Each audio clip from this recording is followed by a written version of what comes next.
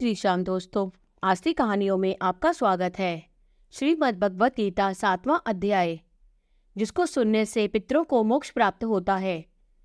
श्री कृष्ण भगवान बोले, हे पार्थ, मुझ में मन लगा करके मेरे ही आश्रय होकर योगाभ्यास करते हुए मेरे स्वरूप का संशय रहित पूर्ण ज्ञान होगा। सो सुनो, वह पूर्ण ज्ञान मैं तुम्हें सुनाता हूँ, जिसके जानने से तुमको इस लोक में और कुछ जानना शेष न रहेगा। सहस्रों मनुष्यों में से कोई एक सिद्धि प्राप्ति के लिए यत्न करता है। उन यत्न करने वाले सिद्धों में से कोई ही मुझे ठीक जान पाता है। पृथ्वी, जल, अग्नि, वायु, आकाश, मन, बुद्धि और अहंकार, ये 8 प्रकार की मेरी प्रकृति है। इस प्रकृति को जड़ कहते हैं। और हे महाबाहो, इससे दूसरी प्रकृति चेतन है, जिसने संपूर्ण जगत धारण किया है। इन्हीं दोनों प्रकृतियों से सब प्राणी मात्र उत्पन्न होते हैं। ऐसा जानो, यह प्रकृतियां हमसे ही उत्पन्न हुई हैं। इस प्रकार जगत की उत्पत्ति और प्रलय का कारण मैं ही हूँ। हे धनंजय, धागों में जिस प्रकार मणि पिरोई जाती है, उसी भांति यह संसार मुझ में ही गुंथा हुआ है। मुझसे परे और कुछ भी नहीं है। हे कुंती पुत्र, जल में रस मैं ही हूँ, चंद्रमा में, सूर्य में प्रभा मैं ही हूँ, सब वेदों में प्रणव मैं ही हूँ, आकाश में शब्द तथा पुरुषों में पौरुष मैं ही हूँ। हे अर्जुन, पृथ्वी में जो सुगंध है तथा अग्नि में जो तेज मैं ही हूँ। हे पार्थ, संपूर्ण प्राणियों में सनातन बीज रूप मुझको ही जानना। बुद्धिमानों में बुद्धि रूप और तेजस्वियों में तेज मैं ही हूँ। हे अर्जुन, काम और रोग रहित बलवान पुरुषों में बल और पुरुषों में धर्म के विरुद्ध न जानने वाला कर्म मैं ही हूँ। जितने सात्विक, राजस, तामस पदार्थ हैं, वे सब मुझसे ही उत्पन्न हुए हैं, परंतु उनमें मैं नहीं रहता हूँ। ये सब मुझ में ही है। सत्य, रज, तम, ये तीनों गुणों के प्रभाव से ये सारा संसार मोहित रहता है।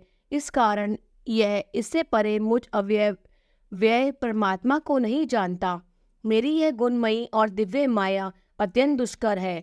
जो मुझको अनन्य भाव से बसते हैं, वे इस माया को पार कर जाते हैं। जो पापी, मूढ़, नराधम माया ने जिनका ज्ञान हर लिया है और आसुरी भाव ग्रहण किए हुए हैं, मुझको नहीं पाते। हे भारत श्रेष्ठ अर्जुन, 4 प्रकार के जीव मुझको भजते हैं: दुखिया, जिज्ञासु, ऐश्वर्य की कामना करने वाला और ज्ञानी। जिनमें मुझे सदा एकाग्र चित्त और केवल मेरी भक्ति करने वाले ज्ञानी पुरुष श्रेष्ठ लगते हैं, क्योंकि मैं ज्ञानी को अत्यंत प्रिय हूँ और वह मुझको प्रिय है। यद्यपि यह सभी भक्त श्रेष्ठ है, तथापि ज्ञानी तो मेरी आत्मा ही है, क्योंकि वह मुझ में ही मन लगाकर मुझको ही सर्वोत्तम गति मान मेरा ही आश्रय ग्रहण करता है। अनेक जन्म के अनंतर ज्ञानी मुझे पा लेता है। ऐसा महात्मा अत्यंत दुर्लभ है, जो सब जगत को वासुदेवमय समझे। अपनी अपनी प्रकृति के नियम के अनुसार मनुष्य भिन्न भिन्न काम वासनाओं के अज्ञान में डूबकर उन फलों की चाहना से अन्य देवताओं के अधीन होकर उनकी उपासना करते हैं। हे अर्जुन, जो भक्त श्रद्धा पूर्वक जिन जिन देवताओं का पूजन करना चाहते हैं, उन पुरुषों की उस श्रद्धा को मैं दृढ़ कर देता हूँ। वह इस श्रद्धा से युक्त होकर उस देवता की आराधना करता है, फिर उसको मेरे ही रचे हुए कर्म फल प्राप्त होते हैं, परंतु उन अल्प बुद्धि वालों का फल नाशवान है। देवताओं की आराधना करने वाले देवताओं को मिलते हैं और भक्तजन मुझ में मिल जाते हैं, और मेरे अविनाशी अति उत्तम स्वरूप को न जानकर मंद बुद्धि लोग मुझे अव्यक्त को देहधारी मानते हैं। मैं योग माया से आच्छादित होने के कारण सबको नहीं दिखता हूँ। उसी से मूढ़ लोग अनादि तथा अविनाशी मुझको नहीं जानते। हे अर्जुन, मैं भूत, भविष्य और वर्तमान के सब प्राणियों को जानता हूँ, पर मुझे कोई भी नहीं जानता। हे भारत, हे परंतप, इच्छा और द्वेष से उत्पन्न होने वाले सुख दुख आदि द्वंद्वों के मोह से जगत के सभी प्राणी भ्रम में फंस जाते हैं। जिन पुण्यात्माओं के पाप नष्ट हो गए हैं, वे पुरुष द्वंद्व के मोह से छूटकर दृढ़ निश्चय करके मेरी भक्ति करते हैं। जो मेरा आश्रय लेकर जन्म मरण के दुख दूर करने के अर्थ में प्रयत्न करते हैं, वे पुरुष ब्रह्म, आत्मज्ञान और संपूर्ण जगत को जानते हैं। जो अधिभूत, अधिदेव और अधियज्ञ इन सब में व्यापक मुझे जान पाते हैं, वे समाधिष्ठ पुरुष मरण काल में मुझको जानते हैं। जय श्री कृष्ण। 7वें अध्याय का महत्तम। श्री नारायण जी बोले, हे लक्ष्मी, अब 7वें अध्याय का महत्तम सुन।